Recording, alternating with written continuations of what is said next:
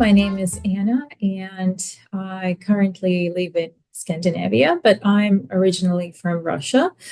Um, and I was born there in the 80s and lived, I would say, half of my adult life there. Most of my childhood, we traveled a lot with my parents because my dad was a journalist, and I basically was not in Russia until my late teens. And then I graduated from there, from the university. I met my husband when I was around 19. We were married very young, and we've converted to Catholicism, both of us, around 2009, I think, if I remember it correctly. So before that, he was Orthodox Christian, and I did not belong to any denomination because my parents were very secular. My dad, I would say, was maybe culturally Orthodox Christian, but my mom actually comes from a family of Baptist Christians. She's from Belarus. So I became interested with Catholic Church initially because in Moscow, where I'm from, one of the major cathedrals also hosts a lot of concerts, like organ music concerts. So I started attending those. Then I started attending the Holy Mass, and this is how we basically ended up going there. And somewhere around 2010, I think, I met another girl who was attending the female center. She used to be a supernumerary. And we kind of connected because we both were pregnant at that time. She was pregnant with her first child, and I was pregnant with my second kid back then.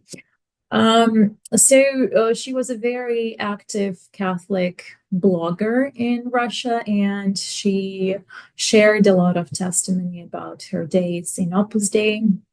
And before that, I haven't heard much about Opus Dei. Like most of the people, I have probably watched Dan Brown's or read Dan Brown's Da Vinci Code and watched the movie. So that was my, I would say, impression about that and my main knowledge about that. But she kind of started to post a lot about Opus Dei, about the teachings, about her daily life. And so I was actually, I initially reached out to her asking whether she could take me to the center. So it's not like somebody was, trying to proselytize me or anything. I reached out myself just out of the interest and curiosity at first. So we started, I think I started going there once or maybe twice per month first. They had several language learning and language cafes back then. So how it works in Moscow, the female center is in a very, I would say, affluent central district in Moscow. And they live in they basically live in a very big apartment block, I would say, in an old housing, so the pre-revolution housing. And most of the women there, they are from either from Southern America, Europe, and also, I would say mostly Southern America, France, Germany, and Spain. And so most of them work as foreign language teachers in Moscow or tutor other people in foreign languages. So they were initially offering a lot of language classes, and I started attending those because I was always interested in language learning. And then I started attending, they were also hosting a lot of like cooking classes, hospitality classes. I really wanted to improve as a housewife, as a mother. So I started to attend those. And then, like casually, they also asked me, of course, about my husband. I mean, I would say not them. The priest was generally interested in meeting my husband. So I arranged that meeting with my then husband. We're now divorced.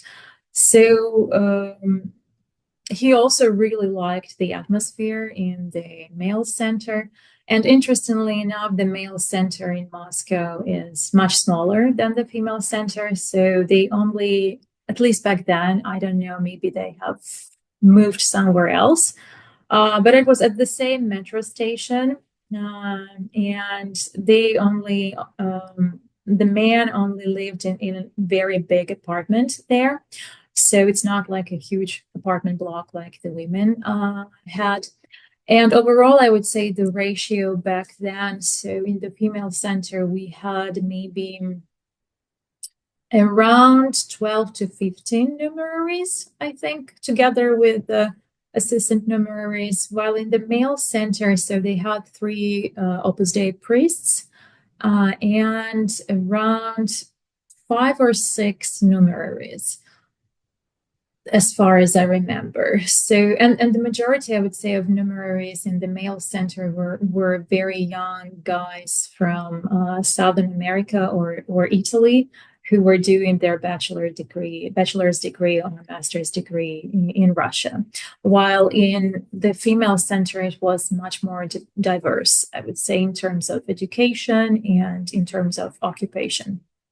And interestingly enough, I think that the female center was also bringing much more money back then. So all the women had very nice jobs, very high paying jobs, compared to the male center where the majority of men were actually students. So I think back then they had only maybe 2 or 3 numeraries who were bringing in money for the men. And the disparity was very obvious because I soon learned that after joining that women were also collecting money and actually sending a lot of money to the male center because they couldn't afford to keep the apartment and to maintain the male center. So that was about the structure. So I whistled in 2011 together with my then husband. We did it simultaneously, and we were officially the first supernumerary couple that whistled in Russia. That was a huge deal for Opus Dei in Russia because before we joined, there weren't that many supernumeraries. There were a lot of expats from, for example, Argentina, Peru, and other countries who were working at Russia back then, like pre-war Russia. So they were attending, of course, Opus Dei, but there weren't that many local supernumeraries. Predominantly, I think, because Catholicism is not, of course, the dominant religion in Russia, and back then, Opus Dei, I think we're still struggling with that image, post Dan Brown image. So they really struggled to actually get people in. And the main priests, I would say, so a little bit of side note, in Moscow, there were 3 main parishes, 3 main churches, and they are scattered all around like Moscow, so in various districts. And most of them are run by Jesuits. So we know about the feud between Jose Maria Escriva and the Jesuits. So the priests in the main Catholic parishes were not very welcoming of Opus Dei, to say the least. But they managed to kind of occupy a small niche in one of the churches that is, interestingly enough, is located right across the main building of FSB, which is like former KGB in Moscow.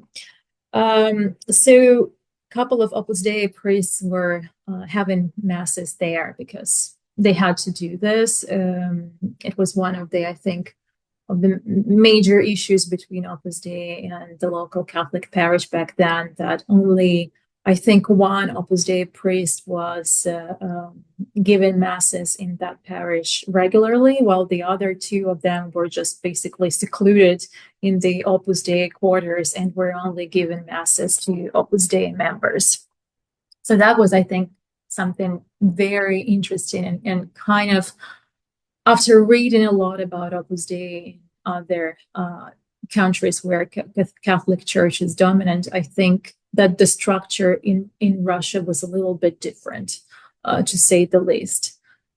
So we've joined in 2011, and we were both supernumeraries until 2013. So we only spent there 2 years, and to be honest, it was more than enough to. I don't like to use the word like the verb traumatize, but to definitely turn me more into a road of becoming an atheist. To this day, I think if I hadn't joined Opus Dei, I probably would have still remained quite religious and Catholic. But after my experience there, I definitely started to accumulate a lot of doubt and a lot of grievances with Catholic Church, to the extent that I would say almost 2 years after we left Opus Dei, I stopped going to church and became an atheist altogether. So that was in terms of timeline. And let me think. So I think that one of the main reasons for me to join was that I really enjoyed attending their language courses and their language clubs. And of course, I really enjoyed the atmosphere. The women were very, very welcoming. When you come like from Russia and from, I would say, the nation that is deeply rooted into Orthodox Church, the contrast between Catholicism and Orthodox Church is very, very deep. So people are usually surprised when I tell them that in the reality of Russia and many post-Soviet countries, the Catholic Church is actually the progressive ones compared to Russian Orthodox Church and to even to some Protestant denominations that are present in Russia. So a lot of people, a lot of converts who join the Catholic Church usually leave Orthodox Church because of its harsh rules, its chauvinistic views towards women, and in general, very anti-LGBTQ plus views. Even though, of course, we all know the views in the Catholic Church compared to the Orthodox Church, they are very progressive and liberal in that reality. So I was looking back then for a more liberal church, I would say, and this is how I basically came into joining the Catholic Church. And compared once again to the atmosphere of the Orthodox Church, both Catholic Church and Opus Dei present this as a very welcoming and very friendly veneer.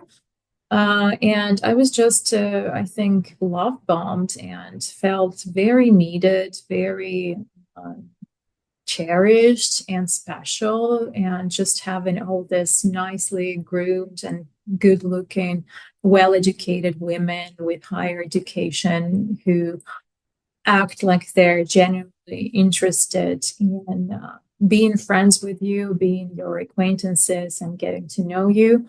That was very, I think it definitely stroked my ego back then. And I really felt special in a way that such wonderful women are taking interest in me, especially since some of them were younger, some of them were older. So that feeling of being loved and being cherished, that was something new for me, because both my parents and people surrounding me, I would say, we're not as open, we're not as friendly in the way people at Opus Dei were. And also having a lot of language practice, meeting a lot of foreigners, that also interested me from a more pragmatic, I guess, and practical side, just as an opportunity to practice my language skills, like both in English, French, and German. So that also played, I think, a huge role. Another thing I think that played a very big role is that I really strive to become a better housewife and mother for my kids. So I got really impressed by just the cleanliness, by the way the female center is organized, how everything runs so smoothly. And I really wanted to learn how to do that, how to become this well-structured, very organized and productive person. And I think that this is why Opus Dei became so popular in the US and in the Western world, because they do mimic a lot of productivity narrative and productivity culture that is very predominant right now, especially in the West and in the US. So I was really striving to become this better version of myself, a very productive member of both society and the Catholic Church, both at my work, because I was still working full time before I gave birth to my second kid. And also as a mother, as a wife, I really wanted to, this, I really had this complex of becoming the better version of myself in every possible sphere of life. And I thought that Opus Dei would help me in that. And things that they've told were very promising in that area, that might actually happen. Um, I'm not gonna, I think, say anything about my ex-husband's intentions and why he joined. But I think it's probably because of the same promises and first impressions. I actually attended the male center. I was invited there together with my ex-husband, I think twice. They had us for a cup of coffee. And I knew every man in the male center, so it felt very inclusive back then. Of course, until we whistled. And so back then it all presented like very egalitarian in a way. The man in the male center were speaking very highly of the women, of the numeraries that were cooking and cleaning for them. And they also told us that, oh, we are also participating in cleaning and everything. It's not just them. So the first impression was very positive. So before joining, I visited both the female and male center to kind of get the impression why they're doing this separately and why they operate like that. And I think as many people complain or say why they have left after so many years, or not that many years, like in our case, is that, of course, before you join, you are only presented with the tip of the iceberg of all the information that Opus Dei wants you to know about their structure or about themselves. And so before we joined, I knew about like daily norms, I knew about some of the weekly norms. And about the way things operated, like that you were supposed to have a spiritual direction, that you were supposed to have two mentors, kind of mentor figures, one from the numeraries and one from the supernumeraries. So that was, I would say, the extent of information that we were given before we whistled. And then, of course, they also gave you a lot of books written by Jose Maria Escriva, like the way I don't actually remember how they translate in English, but the for for yeah, I now they were in Russian actually, so they translated all of his works in Russian, and those were ready available in most of the Catholic bookshops there. So I read those before joining. I Nothing from the things that were written in his books kind of rubbed me in a wrong way, unfortunately. So I was quite impressed with his writing and agreed with a lot of stuff that he was saying in his books. So I honestly have not noticed any red flags before joining. And I would say the first maybe 6 or 7 months were quite happy. I would say we were, in a way, in a honeymoon stage with the organization back then. Partially, probably because we were also constantly, I don't like to use the word love bombed, but it is what it is, I think. There was another couple of supernumeraries at Opus Dei back then. They were both from Argentina. And we just immediately clicked, both my husband, my ex-husband and I, and this couple. And I think Opus Dei, like looking back and thinking about trying to remember how it happened, I think they also saw it that we immediately clicked and they tried to encourage this communication. So I would say they were probably the main reason why we decided to become supernumeraries, because their marriage and the way they operated was this huge testimony that, okay, marriage can be very fun, quite easy, and doesn't supposed to be a huge amount of work. And just they were an amazing couple, to be honest, like both as a husband, as a wife, and as parents. Back then, they had 3 kids, as far as I remember.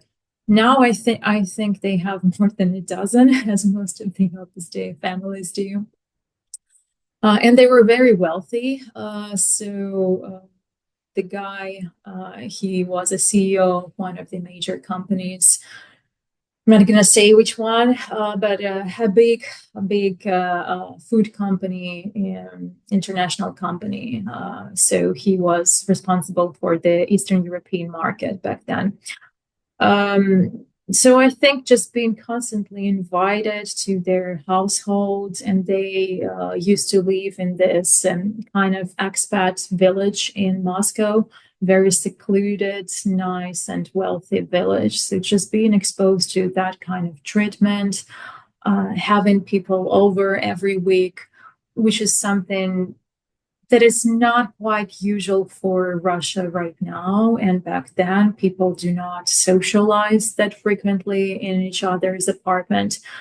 And I always strived for that. I'm a people pleaser. So I always like to entertain people, to host people over, to have guests.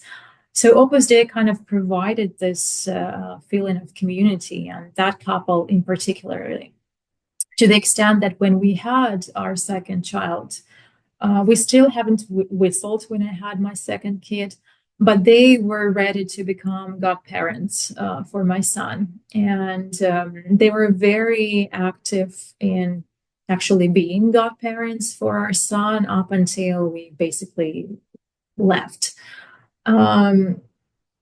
So there was I didn't feel like Opus Dei or anybody in the center were pushing us to whistle, but it was all done, I think, through this very soft and very covert nudges, like mentioning that, oh, you would be the first couple to whistle in Russia. We don't have any supernumerary couples, because back then they did have local supernumeraries, but they were mostly women, and they couldn't get like a married couple as supernumeraries. And back then, there were only one male local supernumerary, so they were not having any good numbers.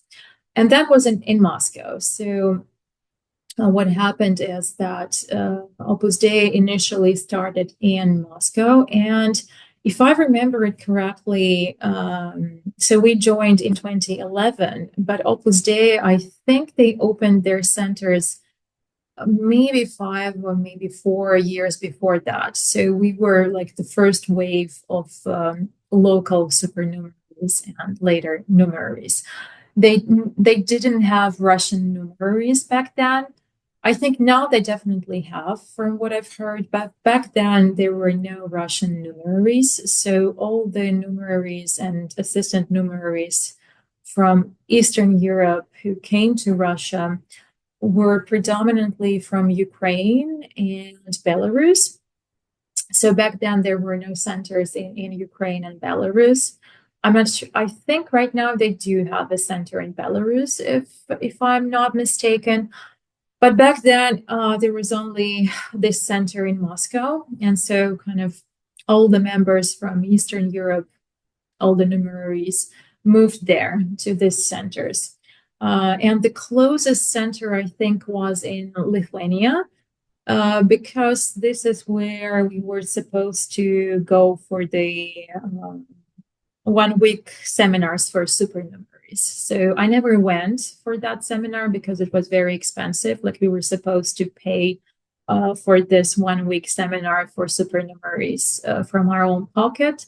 And because they could not arrange it simultaneously for supernumeraries, since we had kids, it was a very hard logistically to attend that, because we had to plan first for either me or my husband to attend it, and then for another person to attend. So, for example, I would go 1 year and he would go the next year.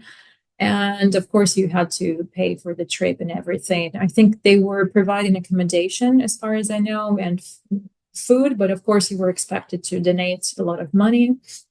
And back then, our financial situation kind of worsened a lot. So before we joined, my ex-husband had a very good job and we were very well off, especially for people in our early 20s. We both had higher education, we both had well-paying jobs, so I think we looked very promising for Opus Dei. But unfortunately, a year into our membership, or us being supernumeraries, I was on maternity leave, and in Russia, you get paid for the maternity leave for maybe the first year and not the full salary. And after that, you stay in the maternity leave until your child is 3 years old, but you don't get paid. So we became a one income household after a year, and my ex-husband also lost his job. So he had to find another job, which was not as good paying, let's just say that. And he returned to academia part-time. So he started to pursue a master's degree. And that also affected, of course, our income. And I think I'll come to that maybe a little later on, because that was probably one of the reasons that affected our decision to leave, just the peer pressure from, like, the pressure from Opus Dei to earn more and make more money.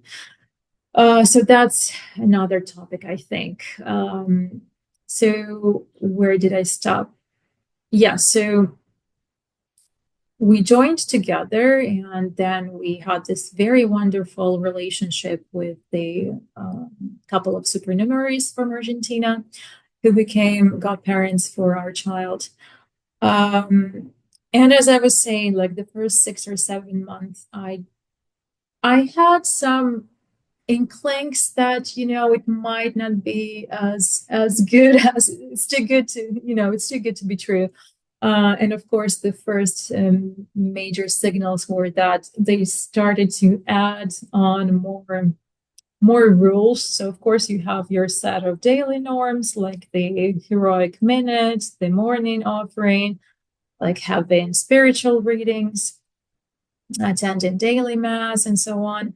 And then your weekly norms, and of course, yeah, so all this we knew before joining, but then of course they started to introduce the traditions, right? Like sprinkling holy water on your bed before going to sleep, and so on.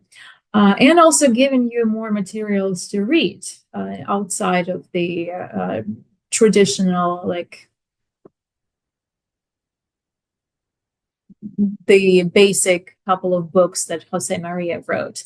So I'm a very avid reader and I read very fast and a lot. So I started to ask them, okay, can you give me something else for the spiritual reading, because I finished reading most of Jose Maria's books quite fast, and I've reread them a couple of times, even like learning a couple of quotes, writing down some of the quotes that I liked, but I still wanted to read more. And this is how basically I think I ended up reading some of his memoirs. I think one was written by Don Alvaro, if I'm not mistaken. So they started lending me a lot of books written by his followers and by the first members of Opus Dei. There was definitely a book about women in Opus Dei that people lended to me, and they were all in English, so those were not translated to Russian back then. And this is when I started noticing a lot of, I would say, stuff that put me into a questioning mode. Let's just call it that. I don't know if you guys are familiar or if the viewers are familiar with the Ex-Mormon podcast or Ex-Mormon YouTube channels. So before kind of learning about the ex Opus Dei community and before it started growing, because I think it started growing pretty recently, especially after that HBO miniseries. Before that, there was only like Odan, right, which was quite dormant back in the late tens, I would say.